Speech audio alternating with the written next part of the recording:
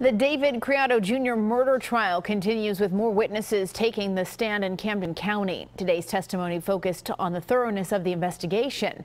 Eyewitness News reporter Cleve Bryan is live at the courthouse in Camden with details. Cleve.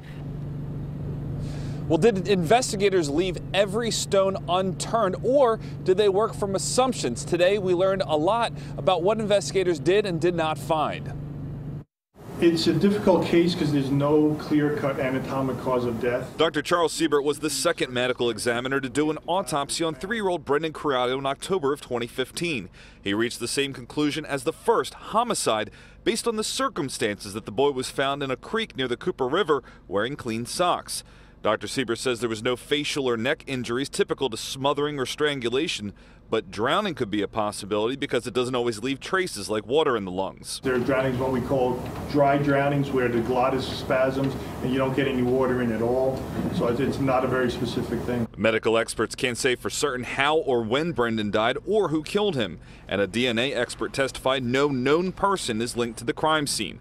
While that could help prove the prosecution's case that no one but DJ Creato was with his son around the time of his death, we also learned that investigators never had Brendan's clothing checked for other people's DNA. Were the pajamas ever sent to the New Jersey State Police Lab for any kind of forensic testing?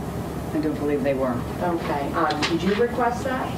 No, but I probably should have oversaw that and made sure they were sent. With the former head of detectives saying something probably should have been done, Creato's defense went right to the pajama issue. Retired Captain Patricia Tulane explained that wet clothes like Brendan was wearing don't usually provide evidence, but there's no guarantee. They would have said these pajamas were submerged and that there would be no DNA evidence. Are you saying you made a mistake or you didn't make a mistake? No, I wouldn't say we made a mistake. I'm not going to say we made a mistake. So in the end, jurors must decide, did DJ Creato kill his son, or is it reasonable to think that there could be other possibilities, like he had somebody else do it for him, the child died, he freaked out, brought him down to the creek, or possibly he wasn't involved at all. The testimony will continue next Tuesday, and the trial could last for several more weeks. In Camden, I'm Cleve Bryan, CBS 3 Eyewitness News. Okay, Cleve, thank you.